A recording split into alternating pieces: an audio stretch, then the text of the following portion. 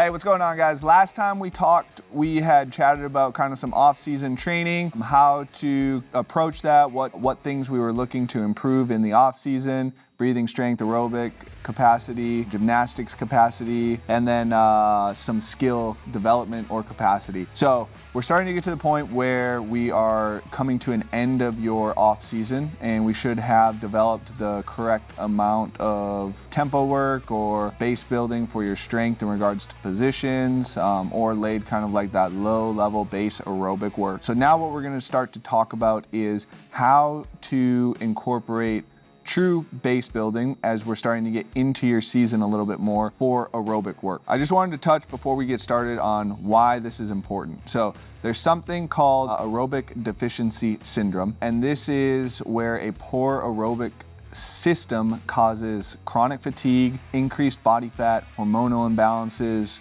actually reduced endurance. And so what ends up happening with CrossFit is you get into your season and you start doing a bunch of high intensity, high aerobic power output work, and you really start to kind of get away from true aerobic capacity building work.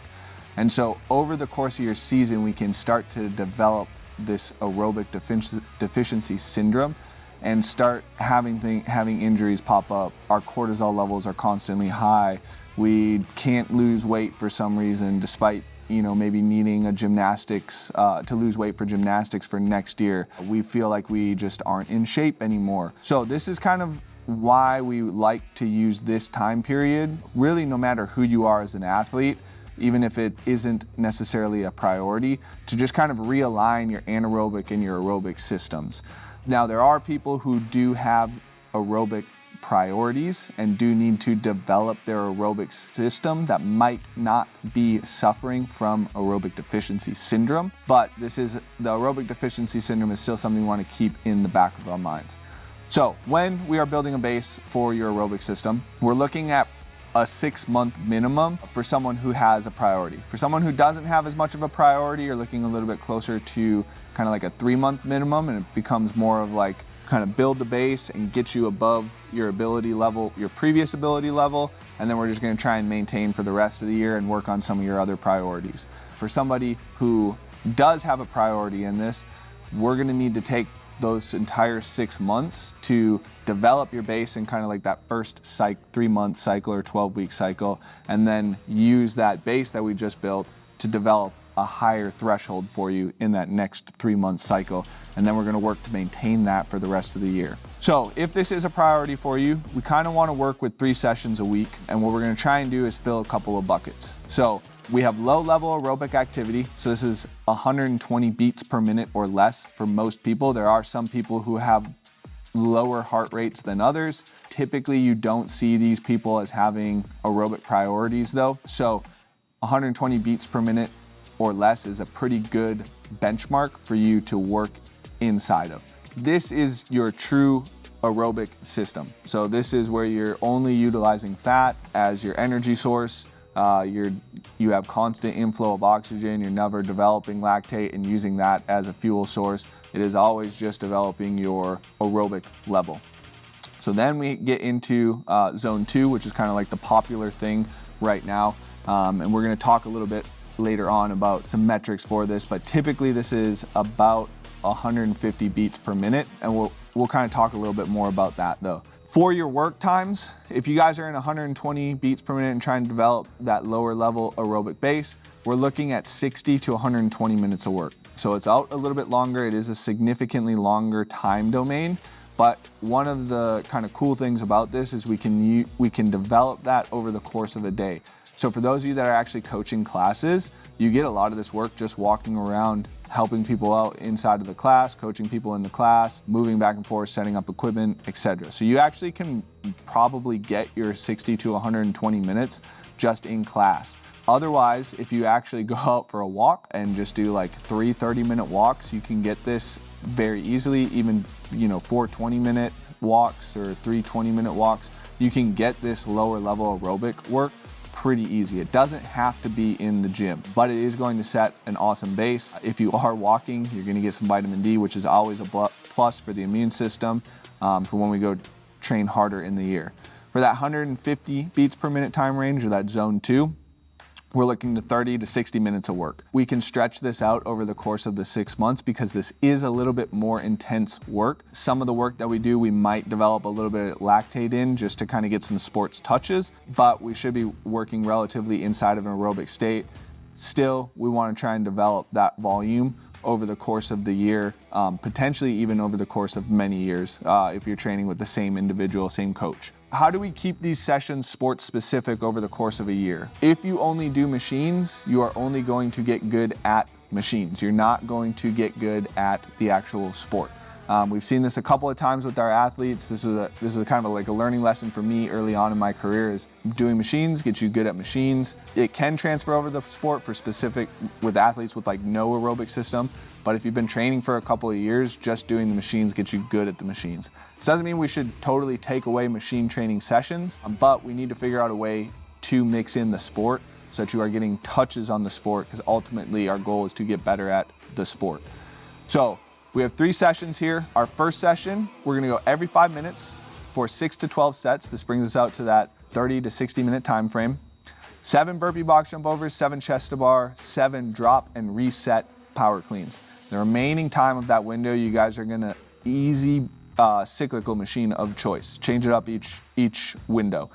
So similar to a fartlek in running, if you guys have heard of that, you kind of chill at your aerobic base, pick it up to a faster speed, probably a little bit faster than your race pace or kind of whatever you're feeling for that day, for a set amount of time, and then you come back down. That's what this session is meant to mimic. Pick it up to game pace, maybe even a little bit faster than game pace, and then bring it back down into developing that aerobic system. And so now we're kind of touching a couple buckets here. Again, we got faster sport work, back down into the aerobic system. Faster sport work, back down into the aerobic system. So you're teaching your body how to work quickly in the sport, still getting touches and efficiency and central nervous system stimulation with the sport, while still developing your aerobic system by getting on a machine post this mixed work. Our second session is a 4K C2 bike, 4K row, 4K ski erg, and 4-mile echo bike. We have a set heart rate range that we're gonna talk about here, but this will just be machine work, and it is solely designed to only work the aerobic system. This isn't necessarily working for the sport, but machines are also a part of the sport. I know I said we don't want to, but we also don't want to fully move away from it because it does target the aerobic system very efficiently. We can monitor our heart rate really well with using just machines. So if you guys see in this session, we have 180 minus your age beats per minute.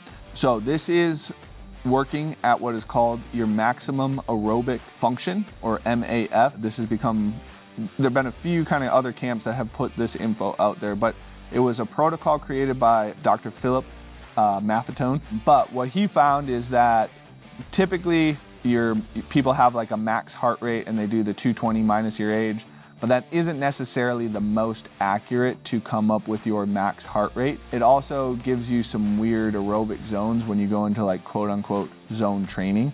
And what this guy found is that if you take 180 minus your age, and there's a couple of other factors in there, like if you've been training for 2 years and haven't gotten injured, you can add a couple beats per minute. If you've been chronically ill, subtract 10 beats per minute. If you've been injured or coming off an injury, subtract 5. But that 180 minus your age will get you to work at your maximum aerobic function, and you're not spilling over into kind of like a lactate threshold. And so we can kind of develop that aerobic system specifically by using this protocol and getting on just machines, where mixed work might spike the heart rate. Machines will keep it very constant and very consistent throughout the course of the session. Last one we have here, 60 minutes at 150 beats per minute. This will give you a set target time. We got some mixed work in there with Cindy, and we also have kind of like a little bit different nasal breathing implement here, but 60-minute AMRAP, 150 beats per minute, row 1K, 3 rounds of nasal breathing Cindy, C2 bike 2K, 3 rounds of nasal breathing DT with light dumbbells, 35 and 20.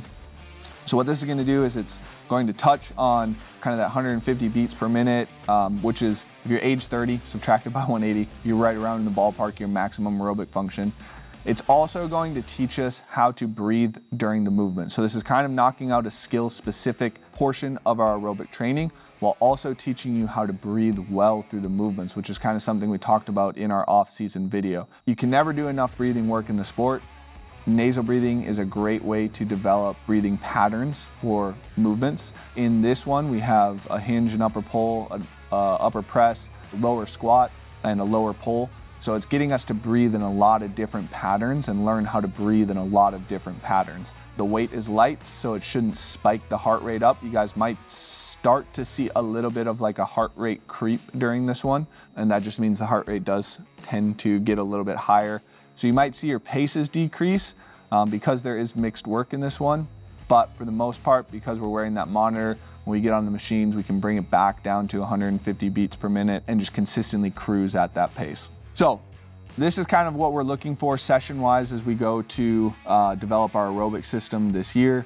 These are sessions that you would see, or variations of these sessions that you would see roughly 3 times a week if you had an aerobic kind of deficiency. Again, though, programming for individuals is complicated and it's not just a plug-and-play process or blindly follow a program and you get better. A lot of people do see results just kind of blindly following a program. But if we can make sure that we're assessing the athlete, figuring out what their deficiencies are, we can really dial in specifically what they need and then use sessions like these to kind of alter and work specifically on, or give them specific protocols to develop whatever it is their deficiencies in the sport are. If you guys are looking for help, please reach out. We would love to be able to help either develop your aerobic system, develop your strength capacity, develop your skill capacity, whatever it is you guys need help in the sport. Our coaches are excellent at developing athletes. Our vision is a long-term vision for our athletes, and we'd love to be able to help you out. So hope this gives you guys some information, some good stuff to think about, and be on the lookout for more of these.